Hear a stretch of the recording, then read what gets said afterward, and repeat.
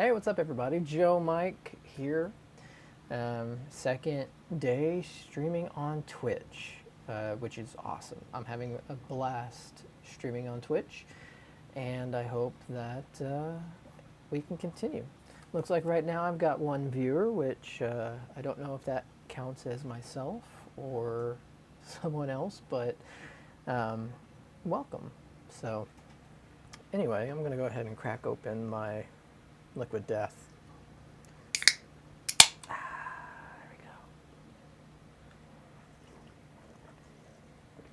go. I'll just wait a little bit and see if anyone else comes in. Who's here? Out of curiosity. Are you lurking? I'm curious if my stuff's working here. There it is. Very cool. Getting fancier. Definitely getting fancier, which is kind of the goal.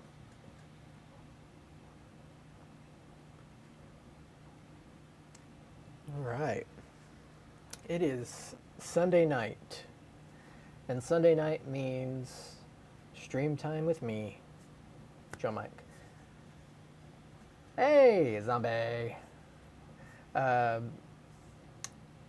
So, yeah, tonight I've got some fun things to kind of talk about. Yeah, go for it. Lurk. Lurk all you want. Get some lurking done. Actually, I did put in a lurk command. So if you do want to go and lurk, you can now bang lurk in the chat and properly lurk in the shadows of my channel. Like a proper gentleman. So this week is definitely a tabletop week. Like I said last week, my streams are going to be from all over my basement, whether we're working on printers or doing whatever, but I think a good amount of my streams are actually going to be done here at my work table, which I have been very busy making things very usable. So I've been mounting cameras and mounting lights and cleaning it up generally in just preparation for this stream. And so I think I'm going to keep it like this for a while.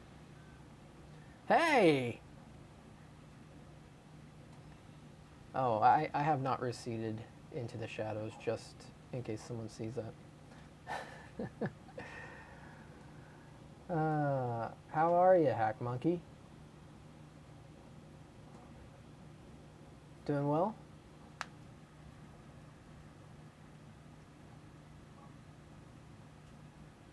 It's Sunday, just a laid-back stream on a Sunday night. I used to have other things that happened on Sunday nights, but I don't really do much of that anymore, so this is what I got now. Just got to pull up some links too. Working on some commissions. Ooh, commissions are always fun. I've got the A1 and the A1 Mini both working back here in the background. One's printing out what I'm going to show you tonight, and the other one is printing out the orca model. And that's going to be for my daughter because she really likes orcas. In fact, if you say killer whale, she'll say, actually, they're called orcas. So, sorry, 5-year-old daughter. But yeah, my X1C just got done printing some more MakerBoard. I keep calling it MakerBoard. Some more multi-board prints.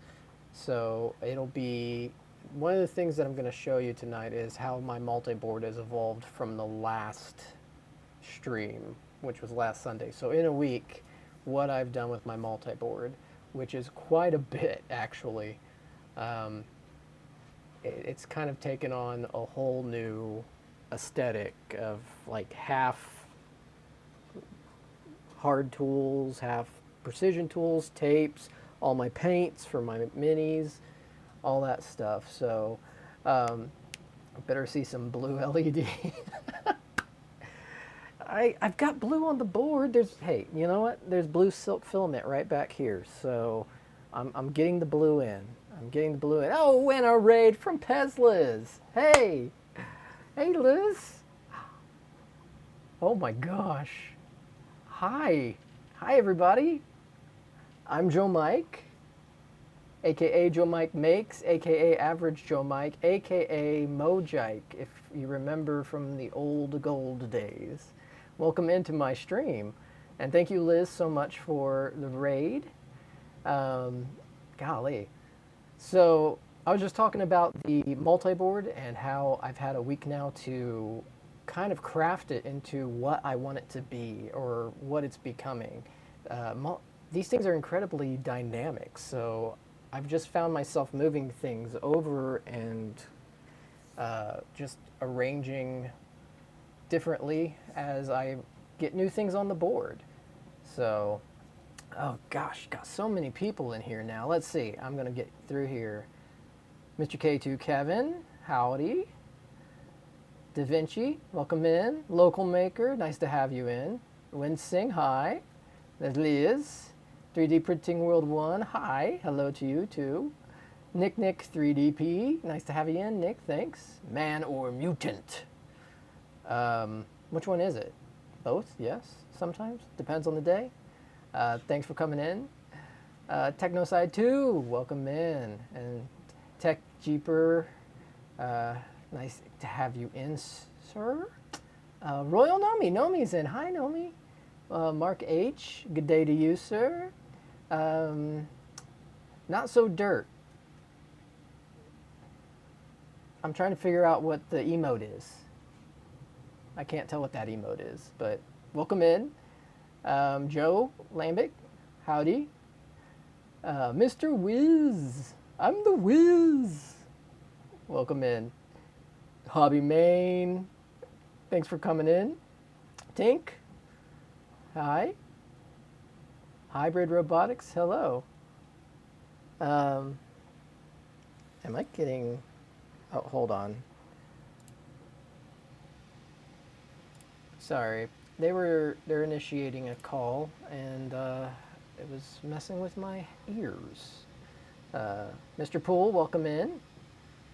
Okay, so let's talk a little bit about the multi-board first before we get into tonight's main topic. And that's just because last week, for those of you who watched, I mounted my multi-board. I keep calling it MakerBoard. I mounted my multi-board, and so we're going to see how it's evolved since I mounted it. And you ready?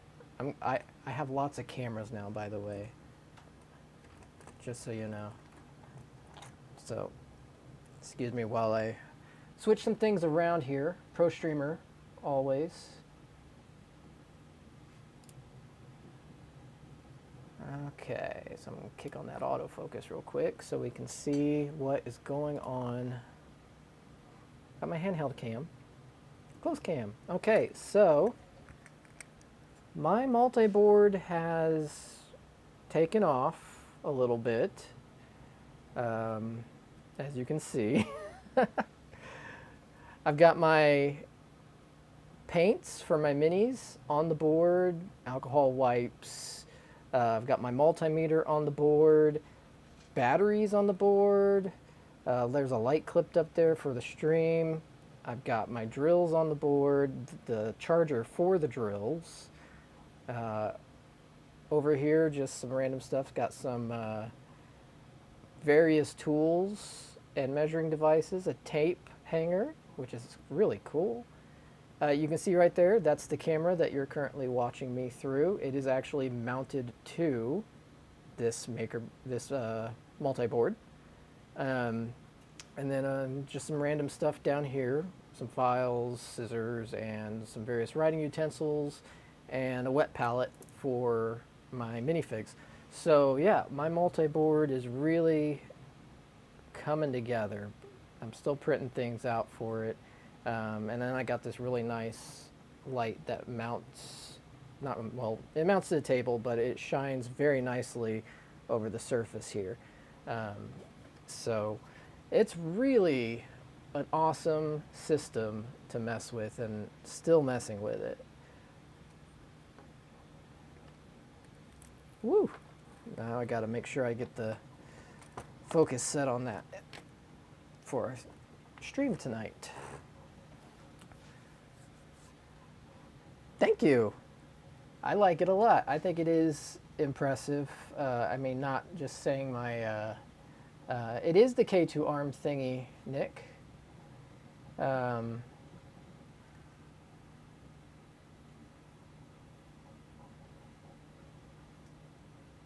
yeah, it is. It's impressive for sure, and it's not like anything that I've really done because it's just it's a system, so you get to make it your own, whatever you decide that you want to hang. And I've got a little mini one over there. It's just a single 8x8 tile that I keep some tools on it that I directly need for my 3D printers. So needle nose pliers, clippers, and brushes to brush off nozzles, alcohol swabs, stuff like that. Things that I use pretty often for 3D printing that I don't want to just leave out on the counter because I have kids and they take things and I never see them again. Anywho, so yeah, I would definitely recommend the multi-board if you're looking for some kind of a wall organization system. Before this was up, there was a pegboard, and that was fine, but pegboard's expandability is really limited to what kind of, things you can find for a pegboard, like this guy to hold like pliers or something like that. You just have to find the unique things and make whatever they have out there work for a pegboard. A multi-board for mounting network router ISP modem to the wall. It depends on how big the router and the modem is, because I've got a fiber modem and it's pretty hefty.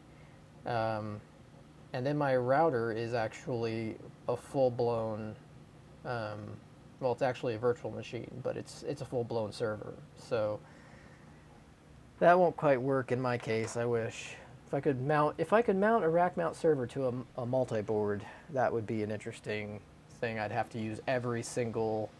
I don't even know if that's plausible, but well, I almost want to do it just because I want to see it happen.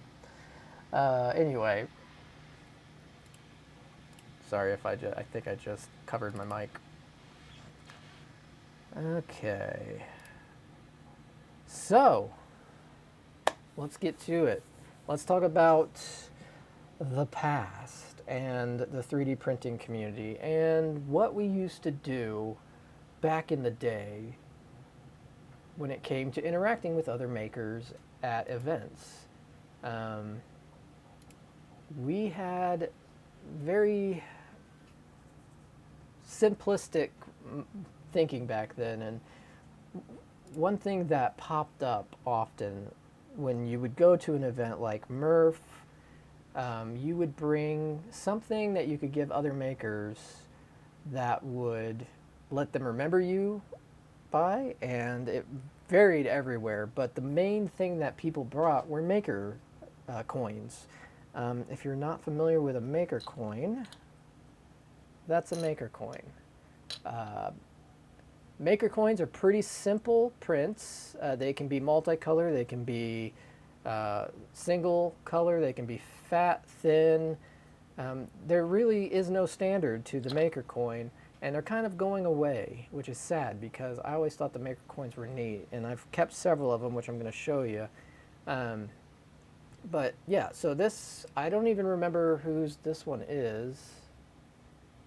I can't remember. I'm sorry. But that's part of one of the reasons why I am going to talk about what I'm talking about tonight. I'll show you my maker chip with a nice big fatty maker chip. But I also had maker coins. I also had this tiny little SLA printed maker coin that I handed out one year at MRF. Yeah, that was pretty fun. Everyone was like, what is this, a maker coin for ants? It's like, yes, it is a maker coin for ants. Let's see, James Print and Play. He did a really cool design with his Maker coin, about the same size. This is a little bigger than mine. About this, but he's got that nice hollow back there. Could make a really nice coin in HueForge, and we'll talk about that actually. Now, like 3D Medic Mints had a really cool, really thick Maker coin. Layer changed colors, so just the color change on the layers. The Maker Box Maker coin, this one's actually made out of copper. It's a copper filament, like literally copper. Let's see, Magic 3D Printing had a very similar. So you're starting to see a pattern here. This one is Burning Gems Maker coin, and you can see how very tiny it is.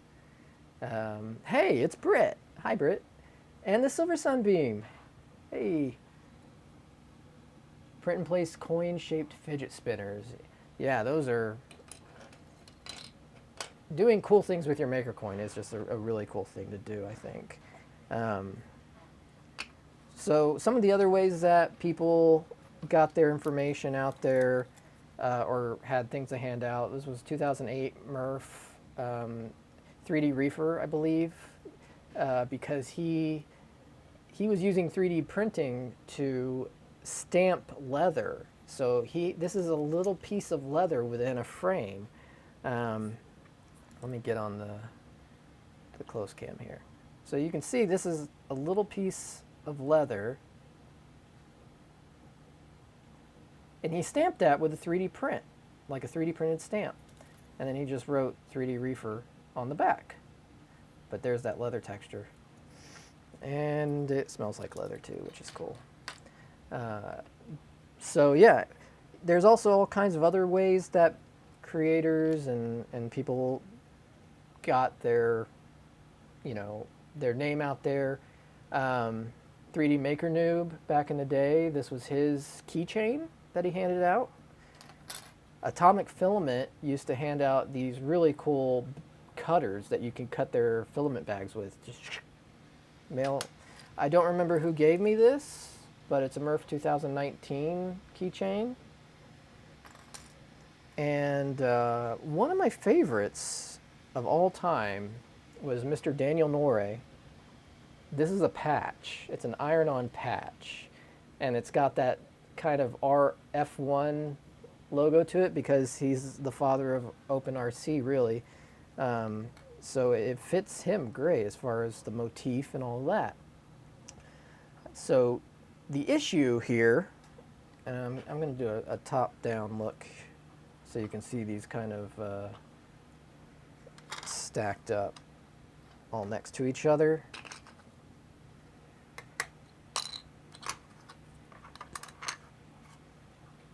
Okay, so hopefully you can see most of that. I'm going to throw my little one in there as well. Throw this guy in there.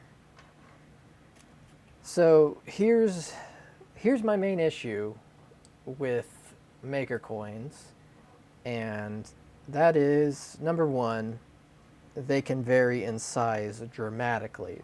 So for example, James Maker coin here is absolutely massive, and it's actually kind of fragile in the middle because there's just little bars that are holding that whole center extrusions into place. So it could accidentally get broken really easily. You got some that are really nice, but kind of have this one extrudes out a little bit further, so that could break off in your bag. And that's the thing, like you've got a bag, you've got limited space to play with here when you go to an event. And so you're handing out stuff, people are handing stuff to you, you're going around to the tables and you're grabbing stuff off the tables, and eventually you just have a ton of crazy sized whatever. One thing that's been replacing it, which is fine, you know, a lot of people have gone with stickers, and I love stickers to death. Like, they're some of the first things I grab whenever I'm at an event, like a festival or something like that. I love stickers, especially free stickers. Man, oh man. Um, but stickers are kind of a one and done kind of deal.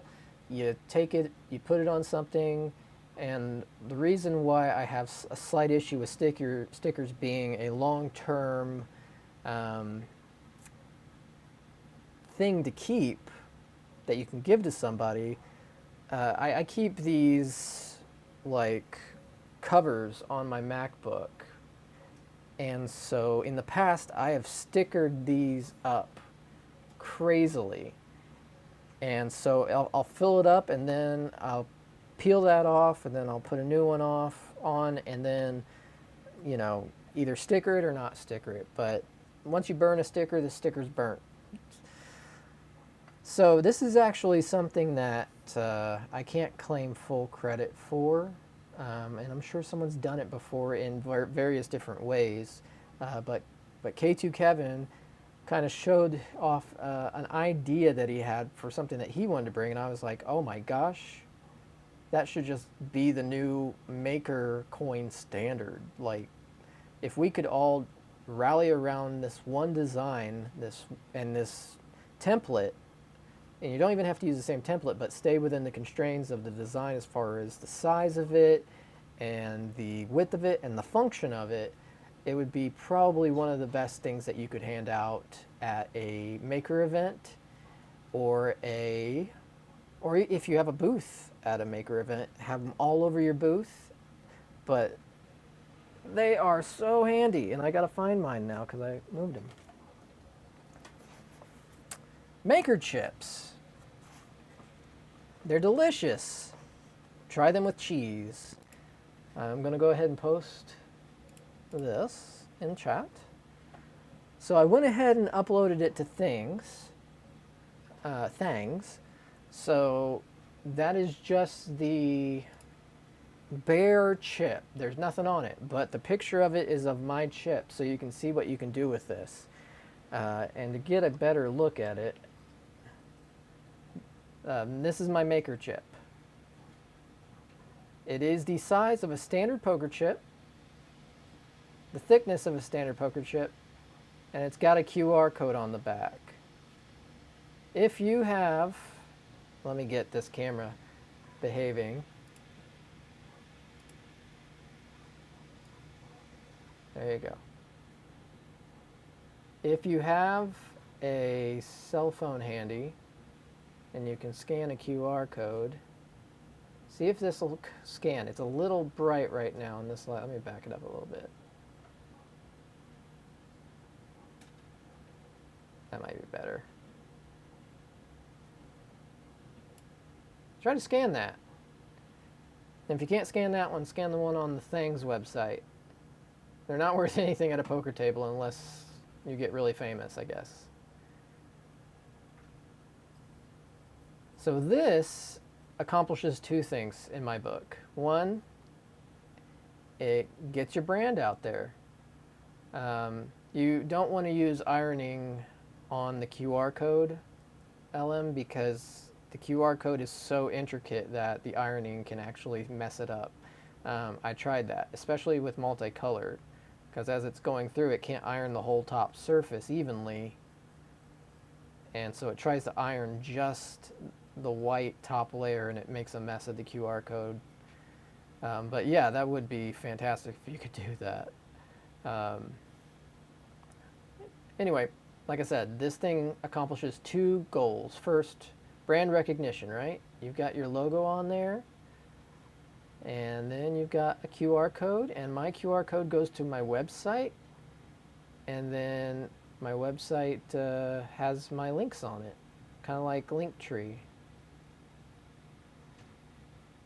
Yeah, there's a lot of light pollution going on, so I don't know if it'll be able to scan. Maybe slice in half and print both sides face down, then glue together. Yeah, you could do that.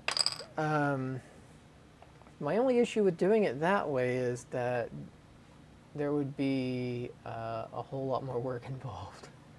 And I mean, that would definitely make a better looking chip, as long as you got really good gluing. You know, your glue was nice and tight and didn't leave like a line around it from the two pieces meeting. But for the intent of what this does, I think that this is, you know, a perfectly fine thing to have that you can print in one piece. And since we are living in the era of multicolor printers being like available to at ridiculous prices, you can make a really nice and intricate chip. And then the thing that really sells that is the QR code. So you just generate a QR code to like a link tree or whatever else that you have for your links or your website, and people will carry this around. And then if they're curious about you, they have a QR code, and you can put contact information on there. And yeah, it's like having one of those like link cards, those RFID or their NFC cards, but on a little poker chip with your logo on it, and it's 3D printed, so it's in the spirit of everything. So I actually have two different versions of this that I've been playing with. The first iteration was this one. Now, granted, this one is very pretty, and it's also very tiny.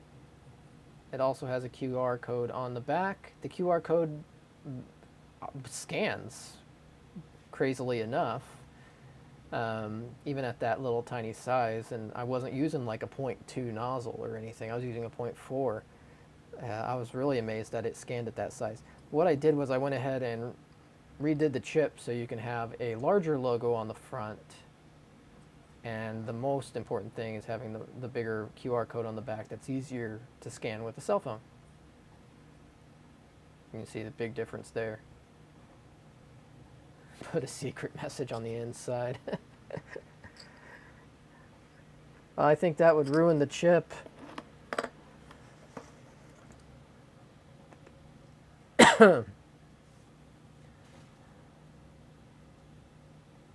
Techno side, I like the idea of a maker chip. I do too. I really think that it would be cool because you can get chip trays, or you can 3D print chip trays like poker chip trays, and then you can keep all of the poker chip or the maker chips that you get from events and just keep them in a poker tray. You can put pretty much anything in a QR code. Yes. The thing that you want to be mindful of is the QR code is directly, or I should say the intricacy and complexity of the QR code is directly related to how long the URL is. So when you generate a QR code, for this kind of purpose, you probably want to shorten down whatever link you're using and do like a bit.ly and or a tiny URL, and then also use a QR code generator that doesn't do tracking, because when they do tracking, they add more onto it to do the click tracking, so or the scan tracking. So for this purpose, I would say find just a vanilla, no frills QR code generator, and find the shortest version of your URL possible. So I'm going to put this here because y'all need to see that for sure.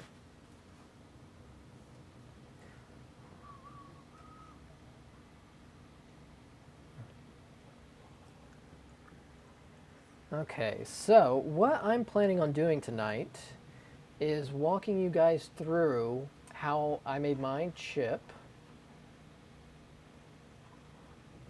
I'm going to give you kind of a, I don't know, it's going to be a crash course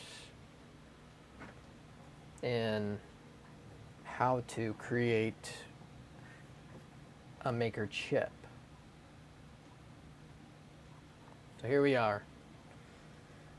First thing that you need to do is you need the platform. You need something to put your logo on. You need something to give you the chip. Now you can choose a lot of different options for your base as far as a chip.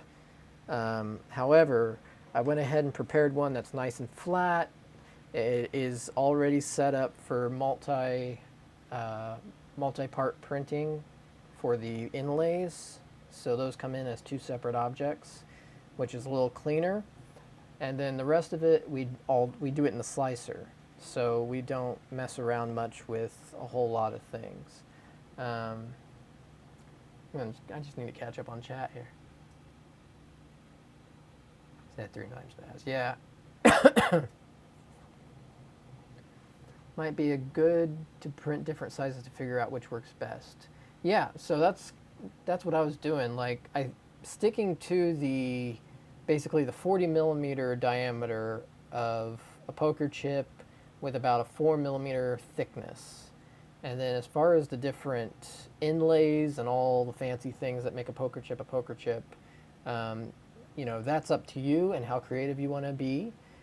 For those who just, don't have a whole lot of modeling experience, you can make a really simple one pretty easily within your slicer. So the first thing that you're going to need to do is make sure that you have whatever your logo is in an SVG format. And then you're going to want to find a QR code generator that, number one, doesn't track you, and number two, can either do can export to SVG. A lot of QR code generators can export to SVG. Oh, and someone asked me earlier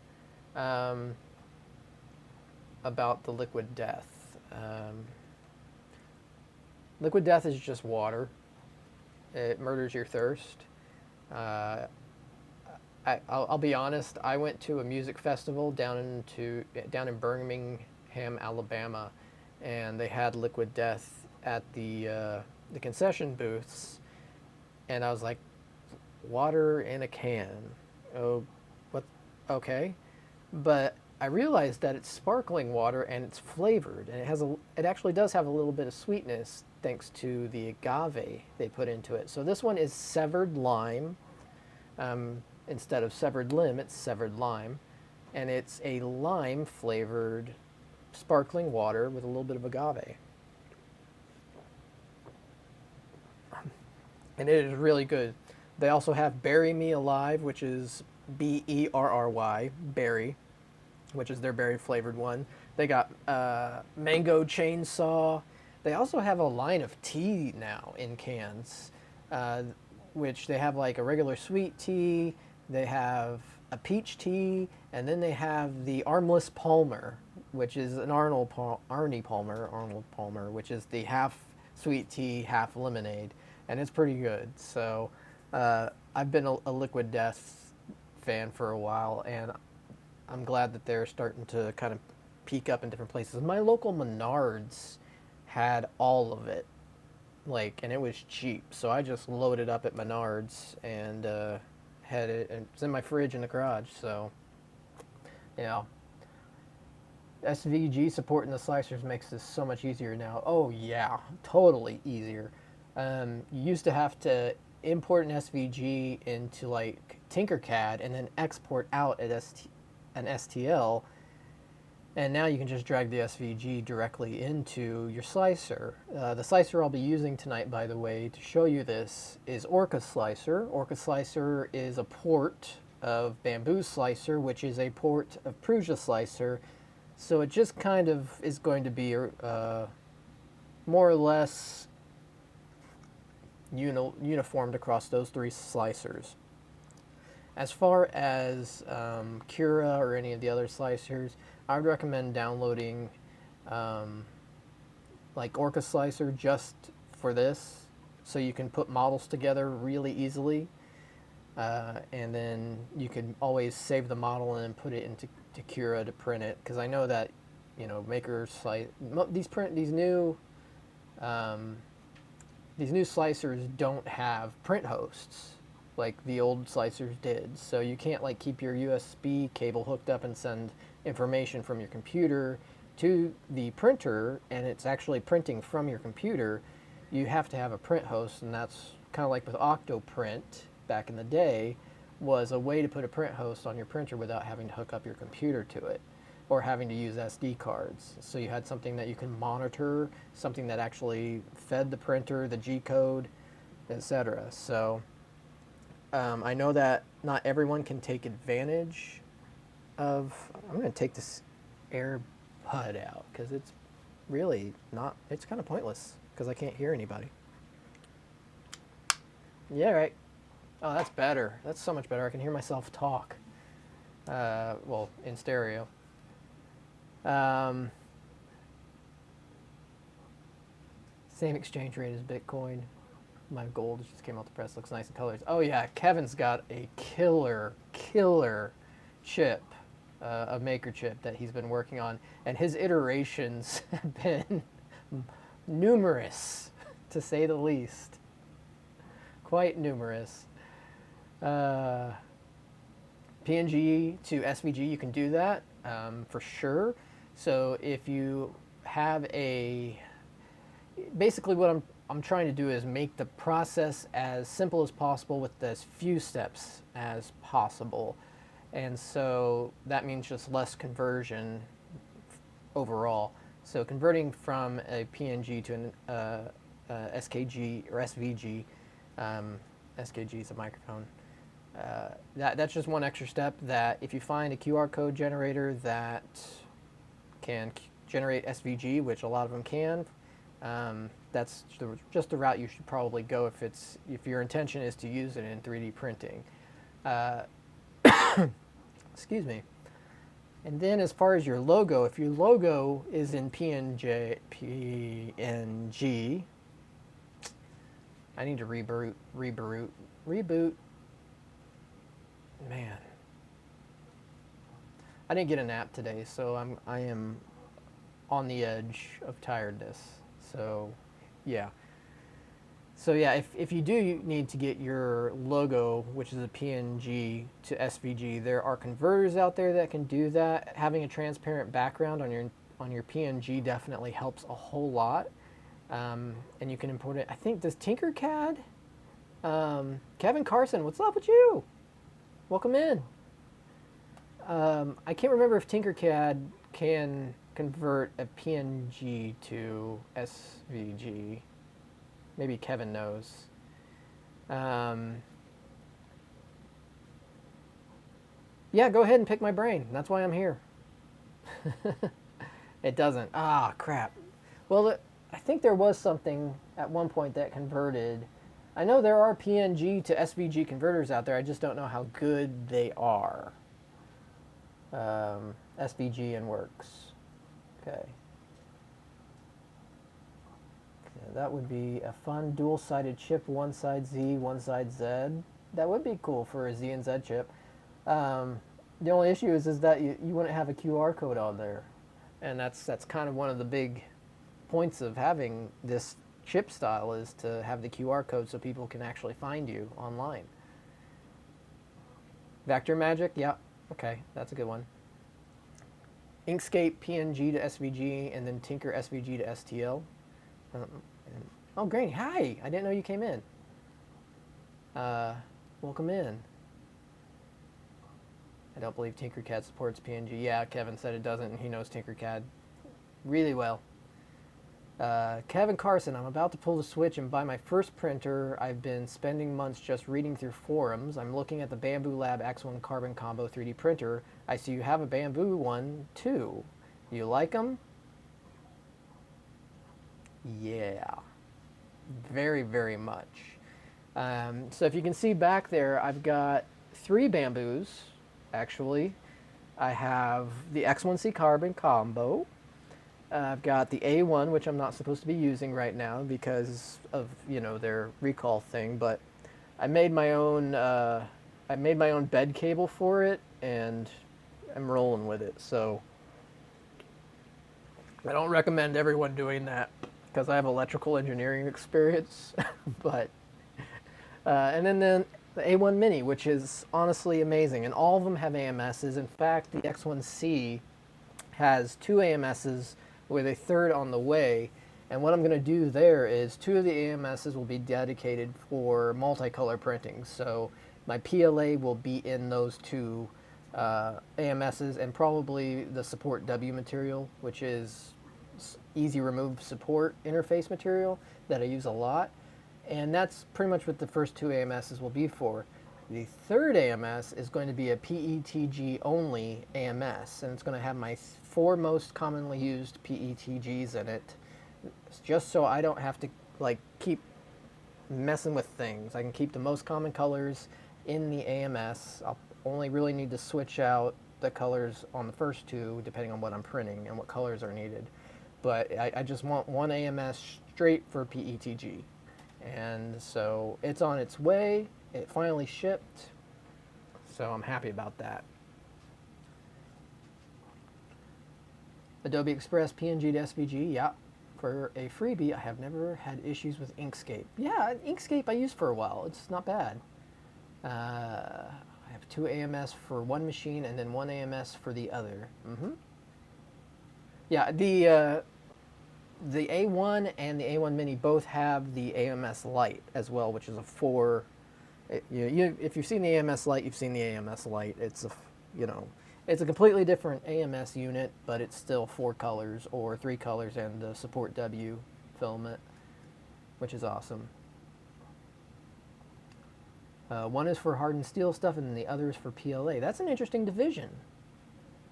So basically, one is going to wear out faster than the other because that the abrasive filament does do a number on the PTFE tube that's inside the AMS. So just make sure that you check your AMS PTFE tubing on the inside, the internal stuff, especially where it meets the feeding unit, because that's where it usually wears holes down. Yeah. I have two AMSs, love having 8 colors on tap. It's so great. It's so great having that. I mean, if you want to, you can get 4 AMS units and have 16 colors. You can pretty much put all of your colors that you use on a regular basis in there and not have to mess with spools for a long time. And as far as print quality is concerned, it's just fantastic out of the box. There are some best practices that you should adhere to. Some people just kind of take it out of the box and just throw like third-party plates on it or mess with things, but you should really get used to 3D printing it with it stock before you do any of that stuff. Do you print things like as a business? What all do you suggest I buy with the printer? I'm getting the one with the top feed, but I'm not sure if I need to buy any accessories and if there's a good place to get a lot of different filament colors. Yes, and Liz already did it, bam, in the chat, Polymaker. Polymaker has an excellent assortment of color, PLA and PETG and ABS and ASA.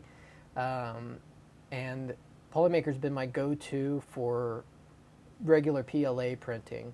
I consider them a mid-tier provider or mid-tier supplier, so their price point isn't the cheapest. It's also not the most expensive, but for what you pay, you get really great filament, and it prints amazing, especially on the Bamboos. The Bamboos like to print super fast, and the Polymaker stuff is up for the job. The only thing I'll say is if you're printing PETG, you can try to print it fast, but you might want to slow it down. There's definitely some filaments that you still need to slow down for printing, which that's a talk for another day. Let's see. DMAT, the issue with the well, welcome in, first time chat, thanks. Welcome in. The issue with the Bamboo AMS units is the increased print time and increased filament use. Well, I mean, you are always going to have purge and waste filament in a multicolor system except for tool changers. So if you have a multi-head printer, there's far less, I say less because it's not zero, but there's far less waste. If you look at some of the systems that we had in the past, they wasted a lot of filament too. The thing is that there are things that you can do to help cut down on AMS waste, or just bamboo waste in general.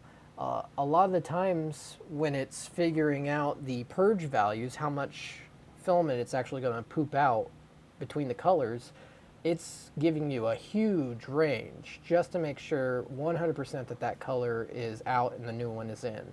And there are plenty of ways to test exactly how much you need to put into the slicer to purge. And you can cut your waste down by 50% or more just by doing that, which is a huge deal. So definitely tune your flushing volumes. Yeah! Shout out to K2Kev for making that emote. I don't think the emote is on my channel yet because I can't have emotes yet. As far as accessories for the bamboo, definitely it comes with a bed, but they also have textured beds, and I would definitely recommend a textured bed. I'm not even sure, hold on one second. When I got mine, it came with the engineering and the cold plate. So I'm not really sure what the bamboo comes with now because they've released several plates since then. Let me just pop into their store. Okay, so printers, X1 carbon combo.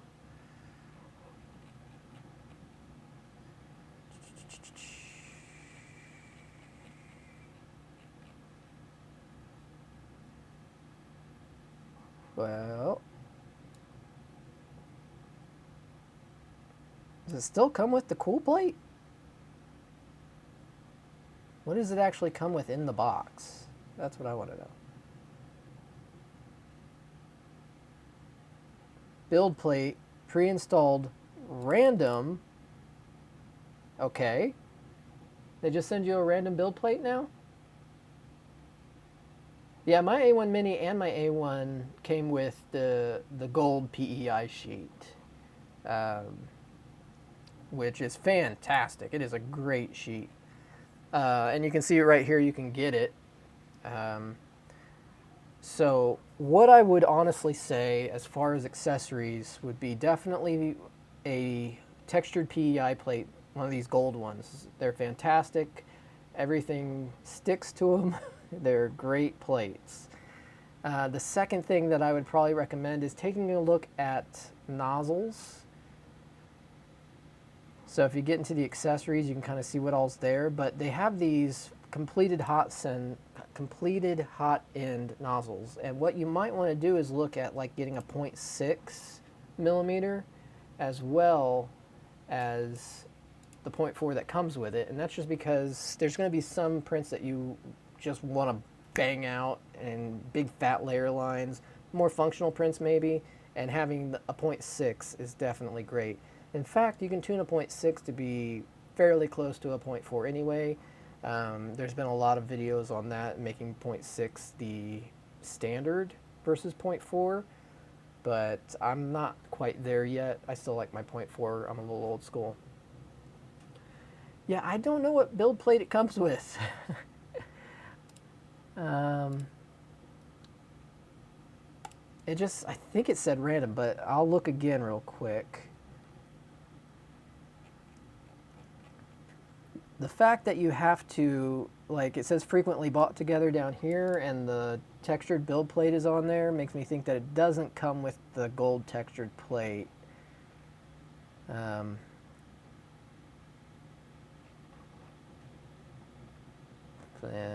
Tech specs, pre-installed random. So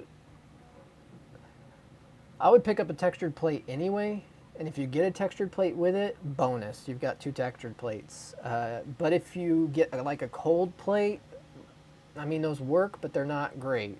You have to use a lot of glue stick with the cold plates. The other plate that you might want to consider also picking up is the smooth PEI, or what they call their hot plate.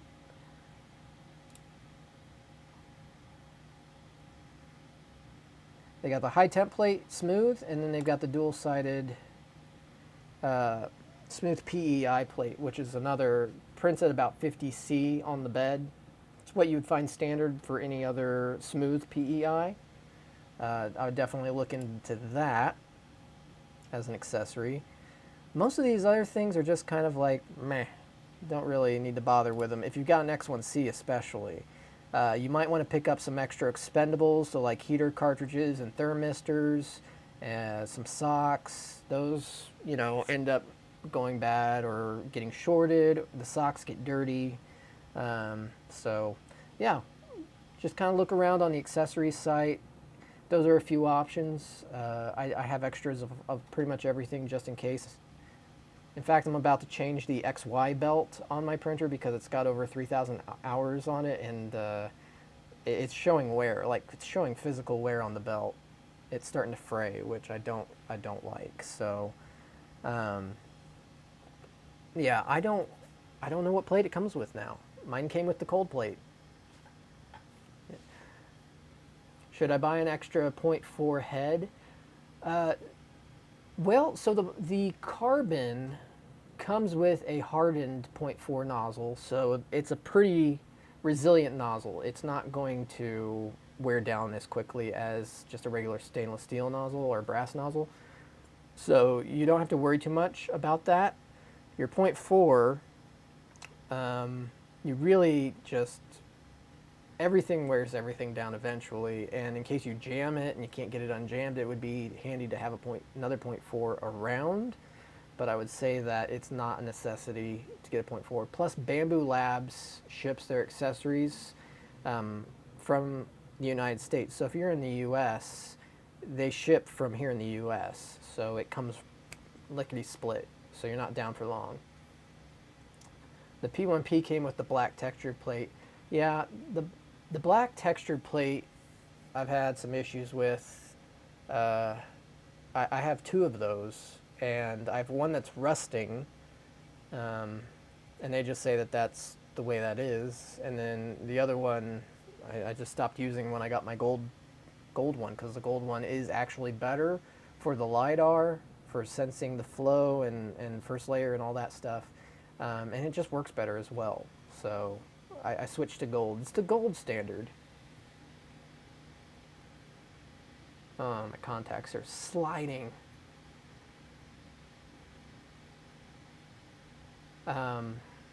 Yeah, so they do have some stuff that's out of stock that should be back in stock pretty soon. So order what you can now, and then you can order some stuff later to round yourself out. But yeah, that's part of the problem of being where they are right now, of selling so many printers. They're selling printers like crazy, so that accessories tend to go fast too, and their filament is going super fast. It's hard to see their filament in stock. It's low. But that's why you go Polymaker, because Polymaker's stock is beautiful most times, and they're getting back up to strength right now. So, whose chip are you going to show us how to design? Well, mine, of course. This little baby. I'm going to show you how I designed this, how more or less I assembled it. And you might pick up some slicer tricks too, which could come in handy later on if you're wanting to combine models that aren't normally combined. I do this a lot with, so I'm a big D&D fan, and so I inlay a lot of designs. You know, hold on. Hold that thought, and I don't know, someone talk amongst yourselves. The Empire State Building, not an empire nor a state. Discuss. I'll be right back.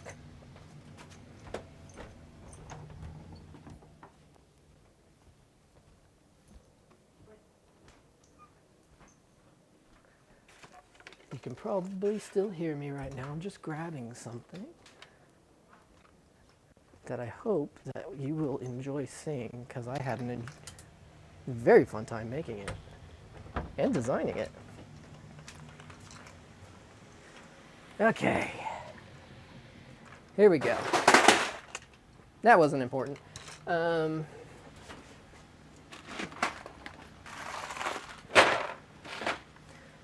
that's about the 8th time I've knocked that particular thing over. So this is the roll-up dice holder. So it 7 dice in each row, and I just went ahead and put logos on it and printed it in multicolor. So you got, you know, D20, the D&D logo, the simplified D&D logo. On top, there's the various dice, and on bottom, the D20. And I did all that inside the slicer. And that's what I'm going to kind of show you is how you can do this to simple, you know, if you already have a model that you got off of a, I don't know, if you got it off Things or Printables or Maker World, Thingiverse, wherever. If you already have a model and you want to make it your own, you can do that. All you need are SVG files or STL files, and you can combine those and paint them or just assign them a color within like Bamboo Studio or Orca or even Prusa slicer. I'll put that there for now. But yeah, that's basically the same workflow for all this. So yeah, K2 Kevin also does most of his editing in Tinkercad and Blender. So you can definitely do a lot in both. However, if you just want to do it quick, you can do it in the slicer. So let's do that. Let's do it in the slicer. Everyone still good? Everyone got something to drink? Snacks? I'm really going to try to not draw this out for a long time. It's a pretty simple process, relatively simple. So, Onshape is a good one. Wako-sama? I like that name, Wako-sama. Or is it Wako-sama? I don't know. I like Wako-sama. Welcome in. Yeah, I need some big Turks, Liz. Wako-sama means Pirate Lord in Japanese. Ah, yeah. Heck yeah. All right, well, let's do it. Screen time. Okay, I just have to find my bamboo slicer that I was saving for this. Okay. Basic well, this is actually Orca, but Orca and Bamboo Slicer are very similar in most respects. So, all the big packs are sold out. Crap. Okay, so what we're going to do here is the first thing is we're going to get our models together. So just to kind of save some time, I went ahead and I'm just going to import my models that I have already made. So my QR code and my logo, because I actually had to manually paint all of that inside of Bamboo Studio or Orca. So I'm going to go ahead and open up my 3MF.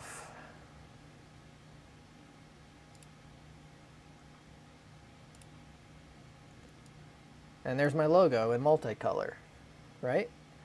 So this is an STL. I don't care about the non-manifold edges. It prints fine.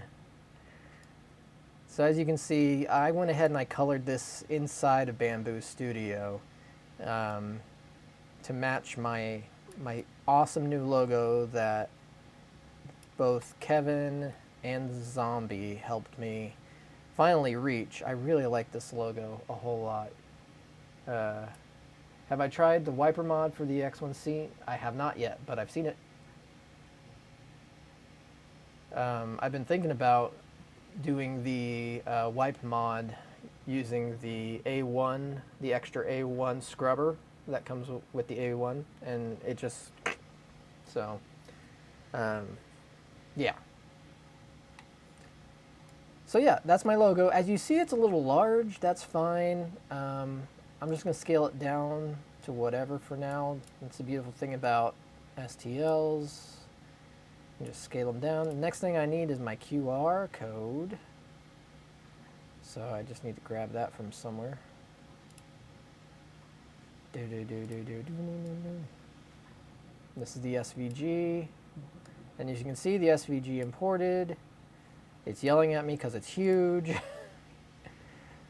So this is actually a newer QR code than what I was using before. I just changed some of the markers to be a little more aesthetically pleasing. And we're going to scale that way, way, way, way down and put it over here. And now we just need to put in the poker chip. So with the poker chip, or the maker chip, sorry, there's two pieces to that. There's the base and the inlays. You're going to bring them in at the same time. It's going to pop up and say, load these as a single object with multiple parts. Why, yes, please. Thank you. And it looks solid. Oh, my cat's automatic cat feeder just went off and it just scared the crap out of me. So, I'm sorry, this is actually silver. And the rest of it's fine. So right now it looks like it's just a solid thing, but if we get into the objects, expand out the maker chip base, we can see the inlays here and we can change their color. So I'm going to make the inlays dark blue, but I'm going to make the main body gray. So that is the color that I've found that my logo pops out the best on. I was originally trying on black, but the dark blue that I chose for the J is a little too dark and it doesn't really pop on the black. So I went to a dark gray, like silver. It's almost like a cobalt color, and went with that. So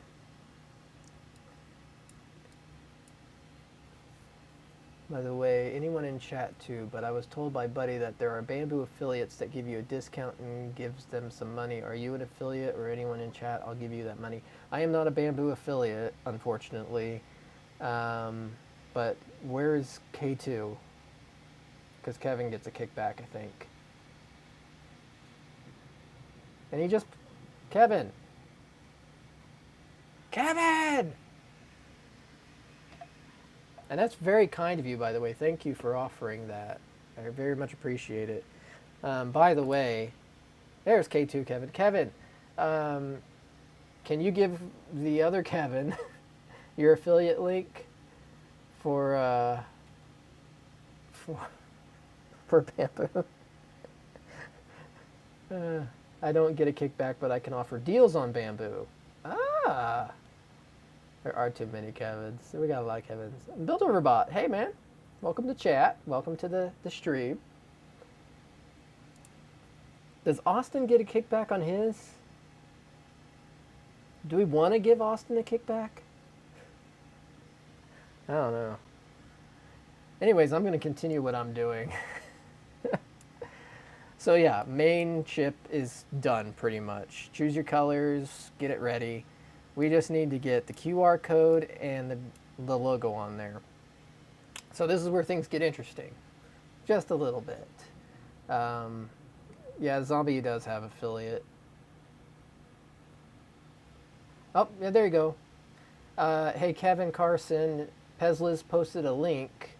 That's for our buddy Zombie, and he does get a kickback. So if you can use his code, that would be awesome. And, you know, I'll make him give me something fun in return. Okay, so here's a trick with this. You can either choose to have your logo on the top surface or on the plate, the bottom surface.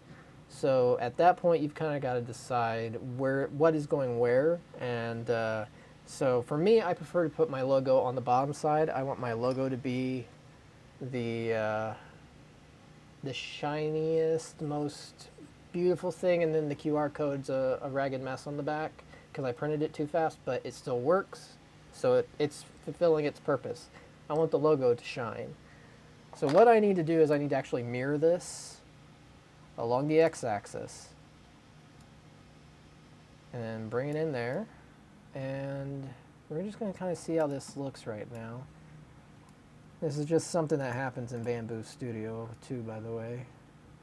That's actually a pretty good size right there. Let's center it up a little bit more. Okay, and so with this, I want to make sure that my thickness of just this logo is not set more than 1 millimeter. In fact, you can do as low as 0.5. The reason for that is there's a lot of color changes for this logo compared to the entire chip. The entire chip only really has 2 color changes, which is the gray and the blue. But with the logo, you've got the blue, the lighter blue, and the white, and then the gray. So all 4 colors are in play, so all 4 colors are, yeah, they have to be swapped out, which is more waste. What's going on here? He spams it in his chat for 0% discount. I figured it was a troll. Wow, 0%. Impressive. By the way, if you do want to support my channel, there's a couple of ways to do that. Polymaker is one. I know that Liz already posted that earlier, but if you use their website and order it, if you're here in the United States, they actually use Amazon as their delivery service, so it comes very fast. If you have an Amazon warehouse by you, you're probably going to get it within 2 days after it's shipped. So using their website is usually just as good as using Amazon to get Polymaker off of it. The second thing is I do have, well, I do need to look at my custom commands here because, oh yeah, okay. I almost did the whole thing. If you shop at Matter Hackers at all, if you use my affiliate link, I do get a small kickback from that. Just use it and go and do your normal shopping, whatever it is, filament, printers, whatever. Please, printers. And I get a small kickback from that. And then the last thing I will shill is my Amazon storefront.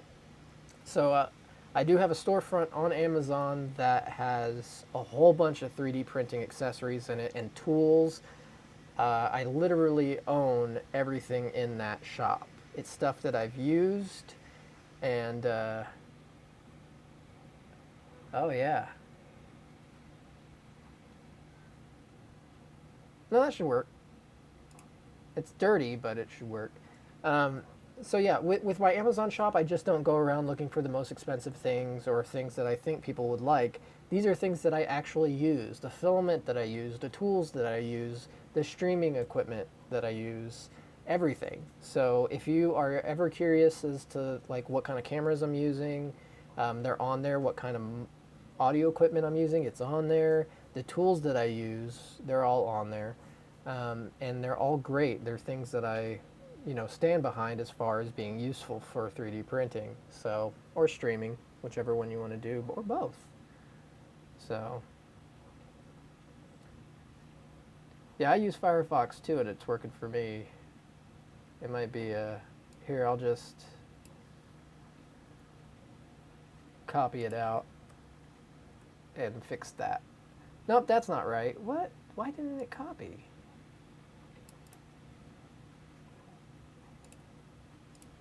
Vivaldi.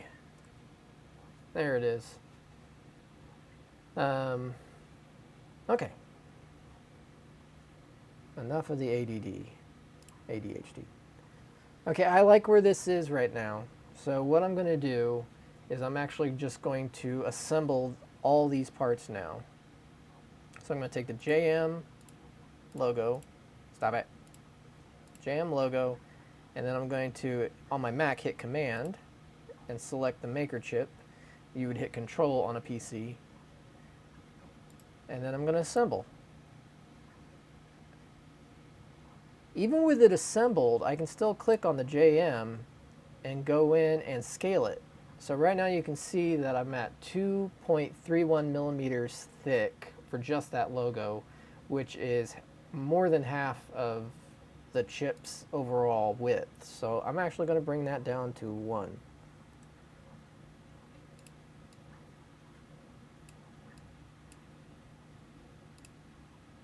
I need to slice that. Yeah, it should go. No, where did it go? That hasn't happened to me before. I'm going to split this out.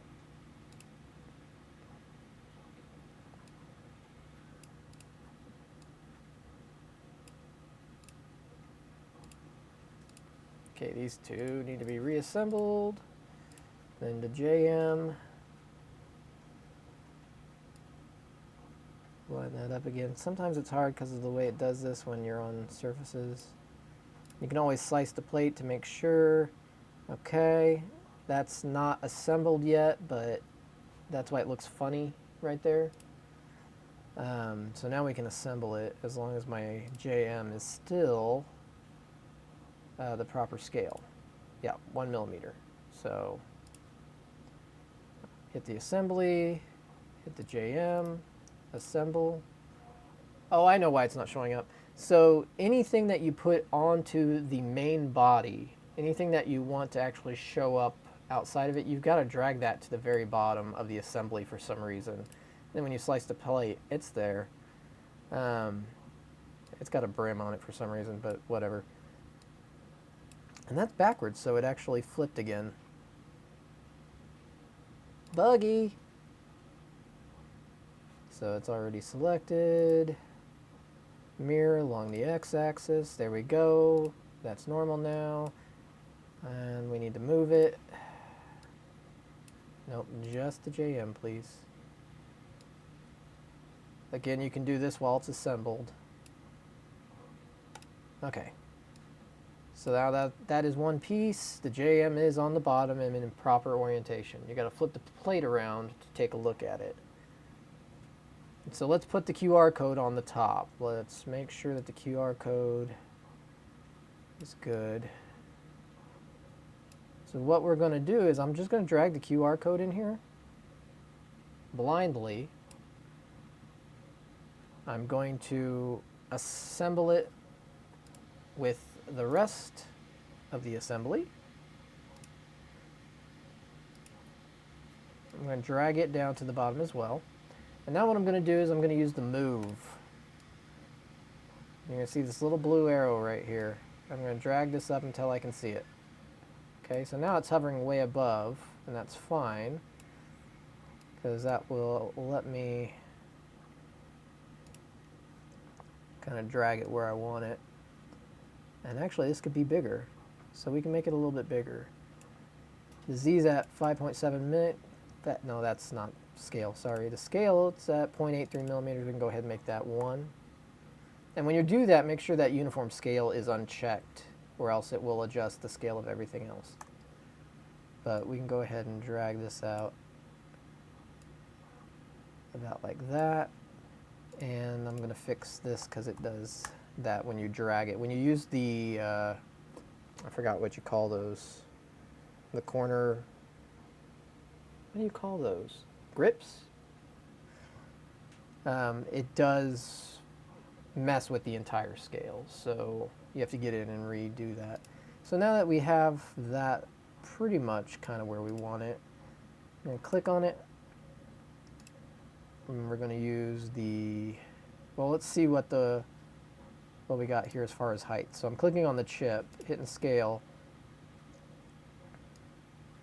Well, right now it's at 7.5 because the QR code is part of it. So let's move the QR code down. I'm going to do my, stop it.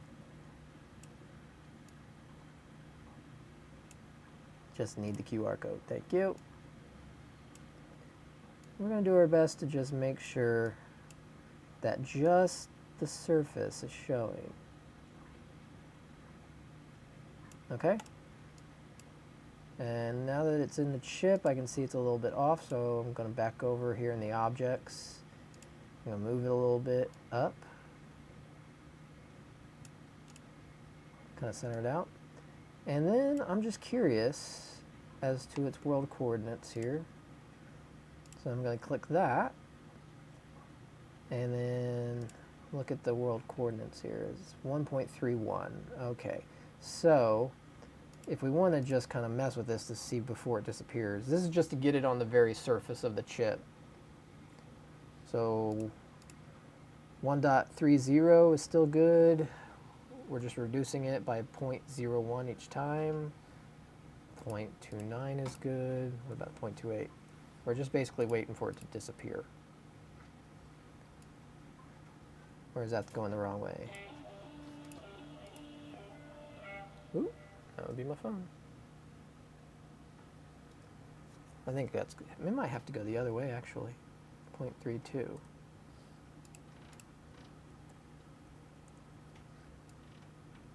It's hard to tell. Let's just go 2. Okay, 2 goes up. So up is up. That's what I thought initially. So let's try 1.25. The QR code is still there, still visible. What I'm trying to do here is just keep the QR code on the layer instead of it raising up a little bit, because it's a lot cleaner when it's flush with the layer. That very top layer. And I'm working a lot over in the objects menu over here versus the global menu, because that way I can select the individual attributes of this. So let's go back here. Okay, so 1.20 makes it disappear. 1.21 makes it appear kind of. So 1.2 is probably 1.22 is our sweet spot. That is on the top of the chip without having any additional layers. And that is it. That chip is done. So you slice it, make sure that, you can turn off all those seams just to get it clear. And I'm going to turn off the brim.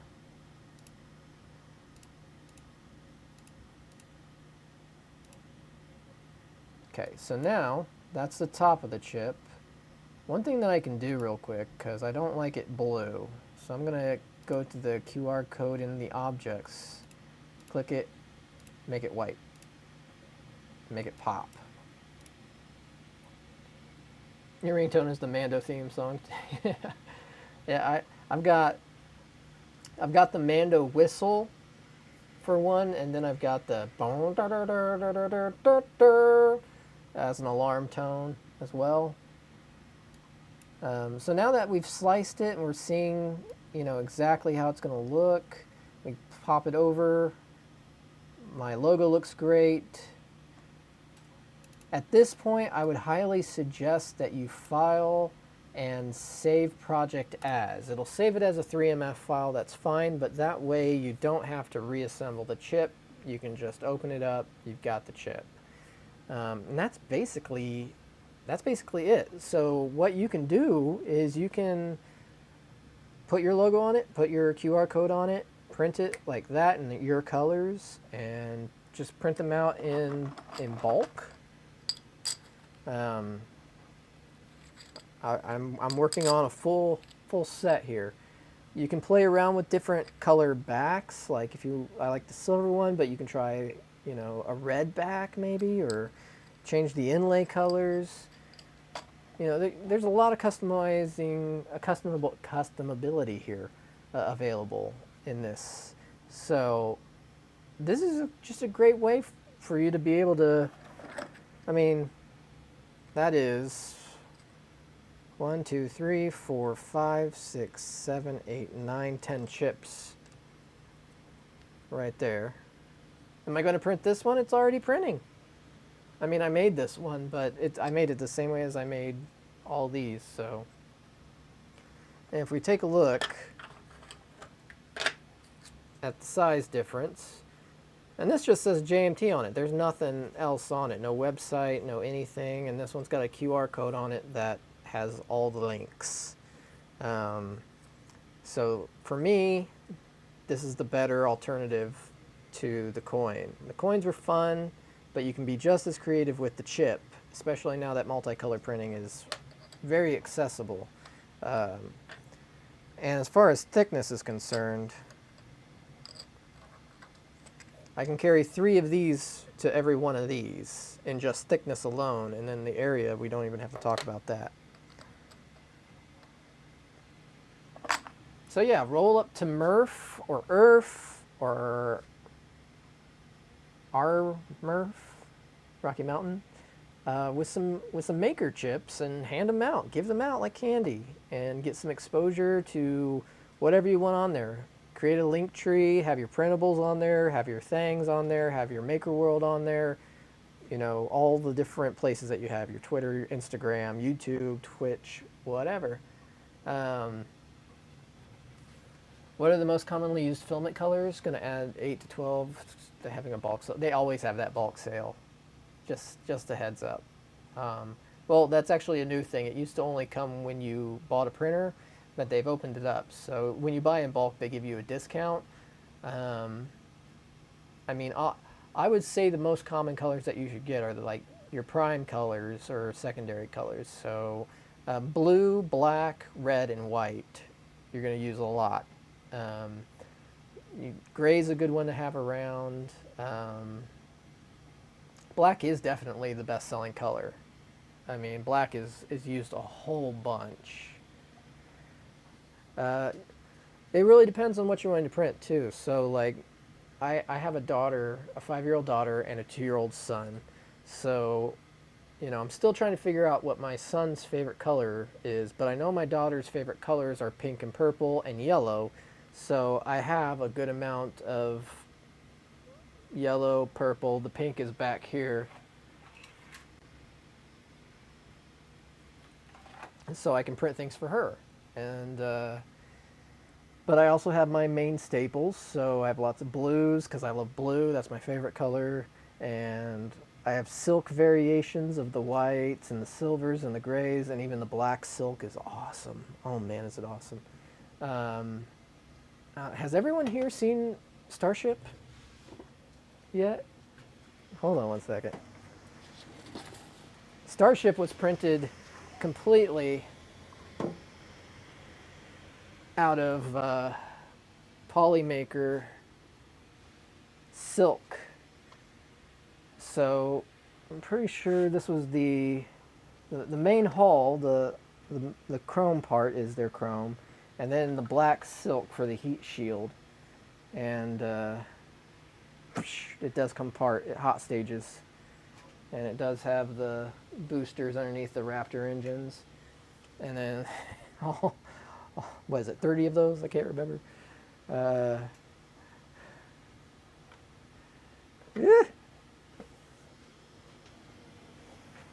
But yeah, that was done with all Polymaker silk filament, and I'm very, very happy with how that turned out.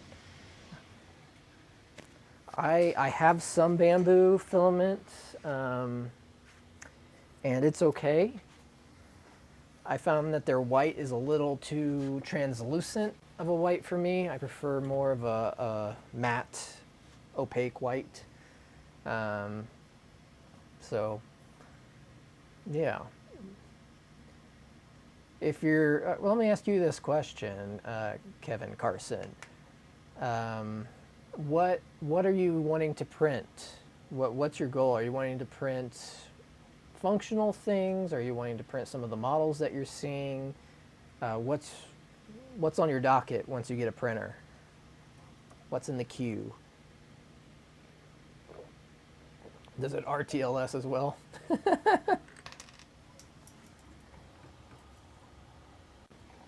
No. It's tried. Yeah, I got a bunch of models for gaming stuff, Legend of Zelda, Dragon Ball, etc. Okay, so for sure you're going to want to take a look at those models and kind of try to match colors with the models that you already have in mind. You are definitely going to want, you know, a good black filament. You're going to want a good white filament. And then past that, try to match colors that what you need for that match the models. Like I know for like printing Goku, you would need a pretty specific orange. So yeah, you just kind of have to look around and find the right shades of things, right shades of colors. Sometimes that means mixing. Um, well, here, let me grab a roll of something. Sometimes you have to mix brands, and that's fine. And even that, you have to mix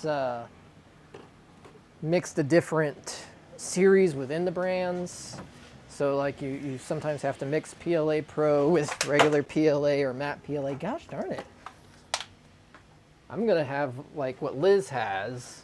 She has the sorry count, and I'm gonna have the knocked over my space heater count. Yeah, they do have three kilogram spools, but those don't fit in the AMS. So this is Hatchbox. Hatchbox has been around forever. Forever. They were one of the first filament companies to actually go like.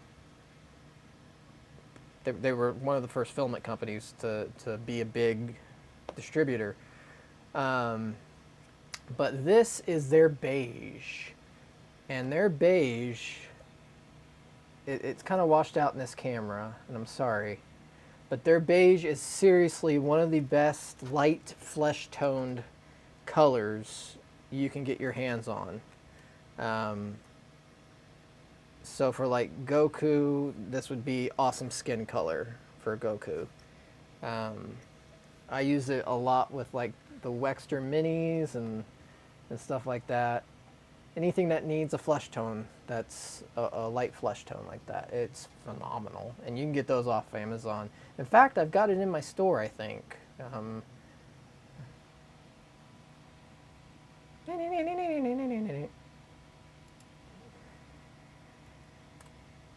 There. What's Pezlis doing?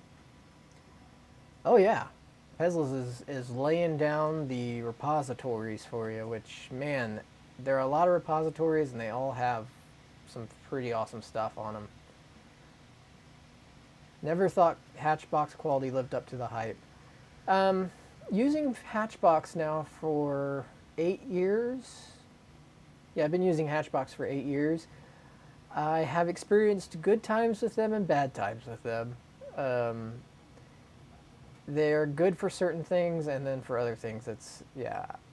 I would definitely recommend going Polymaker over Hatchbox, even Overture over Hatchbox for most cases. There are a couple of Hatchbox colors that are very unique to Hatchbox, so I get it through Hatchbox. But yeah, as far as like any of the other stuff like the PETG or anything like that, I just go Polymaker now. I honestly, for PETG, go Atomic whenever I possibly can. Atomic filaments, PETGs are just, for me, the gold standard of PETG, but they're also $32.99 a roll, so it's not the cheapest filament by any means. But man, does Atomic print nice.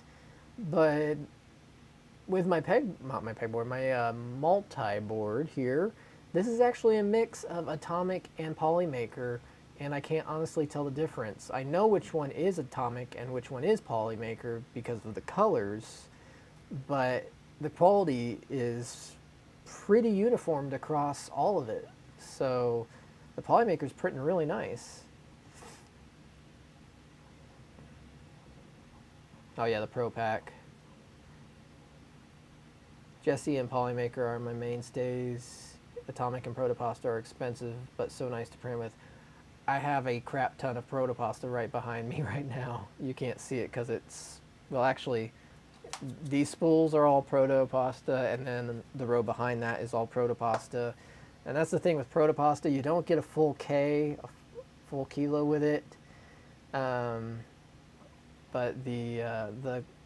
oh man, Protopasta's HTPLA is so awesome. It's just also pricey. But they have some amazingly gorgeous colors. Oh my gosh.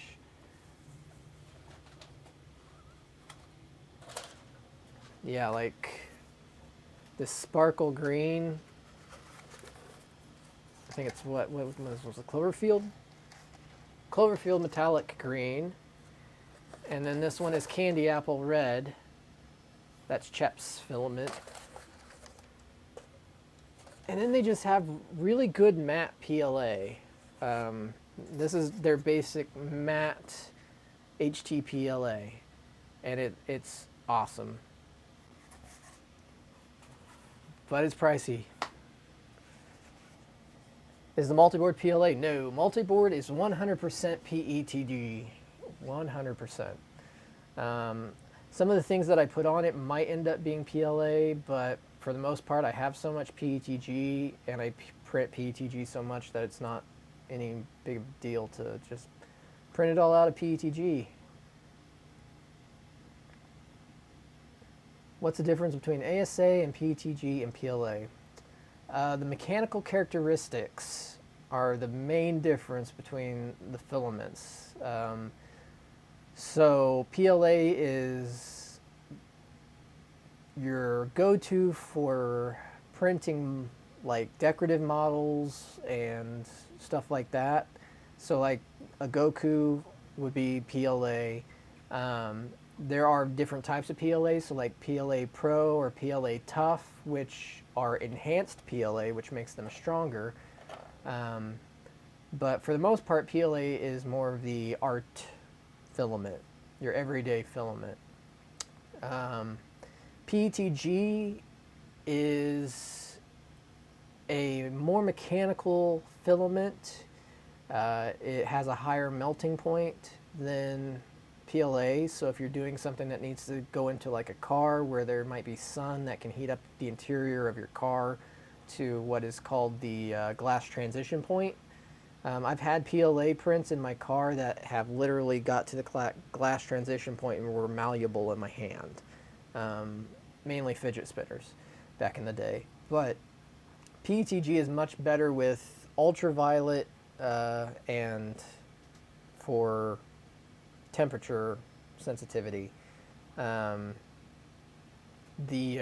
other thing PETG does is it also has really good mechanical characteristics as well, which is why I did the multi-board in PETG. ASA, and I'll go ahead and lump ABS into that, are incredibly mechanical filaments as far as strength, rigidity, and pretty much everything else in the mechanical categories. They beat PETG and PLA for the most part.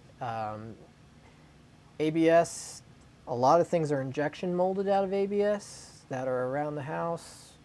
It's a go-to for making strong things. It's a strong filament. ASA is about the same as ABS, except ASA is a little easier to print, and it also holds up under UV better.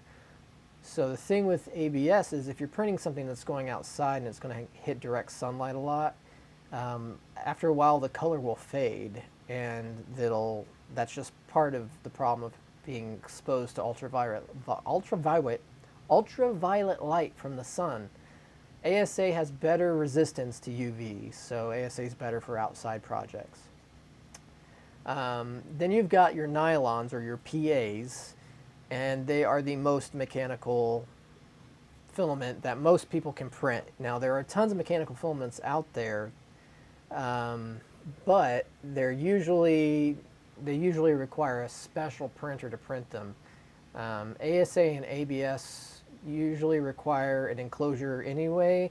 Yeah, and as DMAT said, the ASA and ABS do give off VOCs as they print, so you definitely want to have an enclosure to keep the ambient temperature warm, because ASA and ABS can warp easily off the bed, and an active filtration system that is like carbon based, that once it comes out of the printer, it's filtered the VOCs out. You don't want to be in the same room for a long time without filtration of ABS or ASA or nylon. But nylon is about where we can stop with most of the consumer printers. There are other printers out there that are able to print things like PEEK, P-E-E-K, which is an incredibly durable material, but is also incredibly expensive and most of the cases overkill unless you're producing end parts for something that's incredibly mechanical, and that's the end part for it. To be quite honest, ABS and even PETG hold up just fine for most cases. So yeah, it really depends on what you're printing, to what material you want.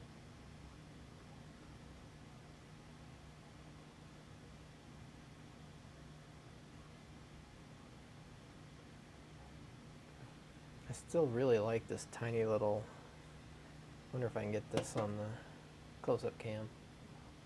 Itty bitty. That thing is so tiny. Oh my gosh. Yeah. I think if I remember correctly, I printed that on the Pio Poly Moai when I had it.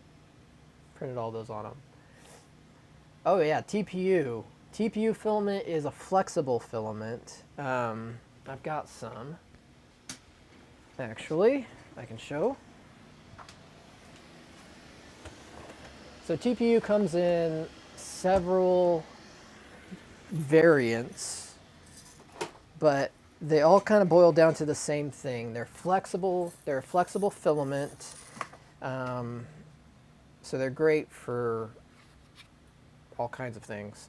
But as you can see how floppy that filament is. It is like, it's like a shoestring, really, like a dress shoestring. I should actually replace the strings on my dress shoes with TPU. TPU is a little harder to print because it's so wiggly goo. Like, you can't use it in the AMS unit. You have to directly feed it in on the side off the spool holder on an X1C. That, and you usually have to print it pretty slow because the extruder gears inside of the hot end, or the extruder, they can only push this stuff so fast. So TPU is a nice slow print for best quality, I should say. And yeah, so TPU comes in different shore hardnesses. So I think this one is a 95. Yeah, this one is a 95. So that's a TPU A95. So the shore hardness tells you how rigid it is versus, 95 is pretty rigid compared to, like, you can get a 98, which is more rigid. But they make, TPU down into the 80s and the 60s. And you're getting into some pretty floppy filament that requires some, 85A does look like a rubber band. And the other thing about it, and I will say this, and Kevin will wince, PLA is usually safe from this, but most of the other filaments are going to be hygroscopic, which means that they absorb ambient moisture out of the air. And by doing that, they actually end up printing like crap. So you want to keep your filament dry. PLA is fine. You can keep PLA out as long as it's not exposed to UV. UV is really the only thing that kills PLA. But as far as ABS, ASA, nylon, especially nylon and TPU, you want to keep those in dry boxes with some kind of desiccant. I recommend using activated alumina as a desiccant. You get a whole thing of it, these beads, for dirt cheap. They last longer than normal silica. They absorb more than normal silica, and they also bring the RH down further than normal silica. They're also really big, so you can print out whatever you want to keep them in that have holes in it, and you throw that in a bag with your filament, and then they can be recharged in your oven. You just put them into like an oven safe dish and recharge them in the oven. And that's all I'm using now is activated silica. If you've ever seen the Slice Engineering desiccant containers, they're using activated alumina beads in that. So, and I do have that on my Amazon store. Mad Cat, welcome in, you crazy guy. Now first time chat too. I'm actually sitting at the table where I paint my minis. And yeah. Mad Cat, a fellow D&D fan. I was showing them my my rolling dice holder and how I put the various logos on it. This is also a dice tower, by the way. This thing turns and it's a dice tower on the inside. And this is fantastic. No, it's definitely not big enough for my dice. I just keep my 6 favorite sets in it. But I have my dice bag, which contains all the random mixed up, well, every single one of the 7 polyhedron dice, and a couple of the the D100s. Yeah.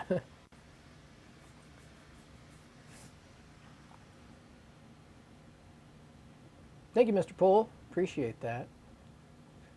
What RH percentage you have there in your shop? Here, my RH stays around 35 to 40% down here in the basement. During the summertime, it goes way the flip up.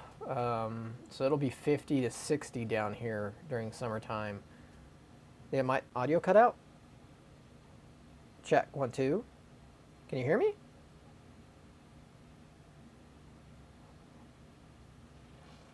Can you guys not hear me, or can you hear me? Okay. Yeah, Missouri weather. Fantastic. Right? I live in Kansas City, in case you didn't put that together.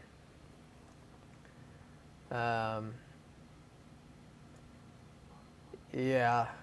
Our winters are so dry. It's so very dry during the winter time. So we've got a whole home humidifier that's connected to the central air unit, and even it can't keep up. It can get the house up to about 30, and that's on a good day. Those are the days I'm kind of worried about working on electronics and shocking things.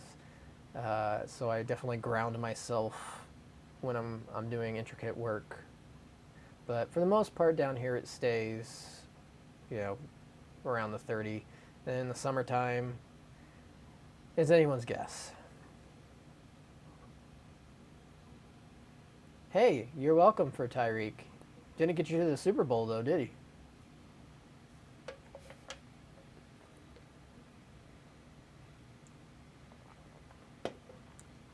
Tyreek is a good player. I don't often discuss football, but yeah, Tyreek's a great receiver, and he was awesome to have on the team. But at the same time, he was also wanting way more than he really deserved. So, I mean, we've got a magic team all here in Kansas City. Our tight end, not our quarterback, our tight end is dating Taylor Swift. Not our quarterback, our tight end. How random does things have to get now in these days? Oh, freaking Travis Kelce. Anyway, that's enough sports ball.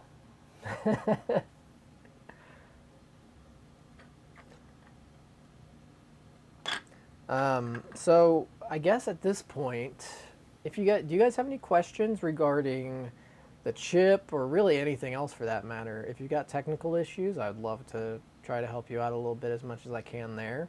I am an educator by nature, so I can talk and talk and talk about whatever topics that you want to bring up. So, excuse me. That's that liquid death.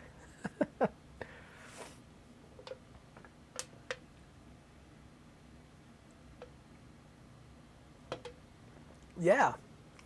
Well, thanks for sticking in the stream and chatting and going through the process of the chip making. And like I said, the way that I made the chip with those extra graphics, you can do that with everything. So you can put extra graphics onto stuff like this or onto basic boxes.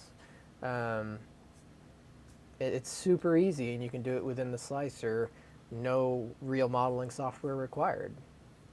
And that's one of the great things about modern day slicers is that they're incorporating so many modeling elements into them now that you have to work. You can work less in a modeling software and more directly in the slicer.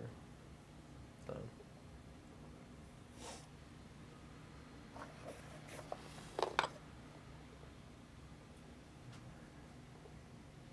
I'm really, really happy with this multi-board. I keep staring at it, which, I mean, it's a thing of beauty, for sure. But just the freaking versatility of it, and I mean so every camera, except for the close-up cam. So that cam that I'm looking at right now, that's mounted on the boom, K2 Kevin's multi-arm boom. This top camera, that is mounted using one of Kevin's multi-arm booms. And that's just both of us. Hi. So yeah, having those boom arms there, and they can just swing out of the way if they get in the way, which right now they're not even in the way. And the fact, one of the best things that I love about this is the fact that it can take regular pegs. So CP Geek 2, okay. That sounds like a good one. Well, guys and gals, I don't really have anything else to talk about tonight. This live stream will be up on YouTube, on my YouTube channel, tomorrow. So that's what I'm kind of keeping as an archive. I know Twitch archives them as well, but YouTube archives them longer. So as soon as this is done, I'm going to start the process to get it over to YouTube. But I post them. Sunday night streams are posted Monday night at the same time, 8 p.m. to my YouTube channel, which is old, old and hardly used anymore. But yeah, that's really all there is for tonight. Thank you guys so much for popping in here and chatting, and for going and making a coin. I hope that you guys make your own. And I hope that I can get to Murph and exchange coins or chips, as it is. I hope to get to Murph this year and exchange chips with y'all. So get your chips made. It's not chocolate. Verified that way. All right, well, we are going to raid into CP Geek 2.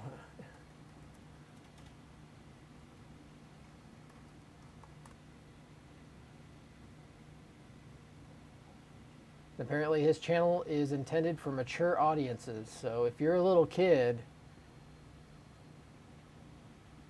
don't tell your mom I took you there, okay?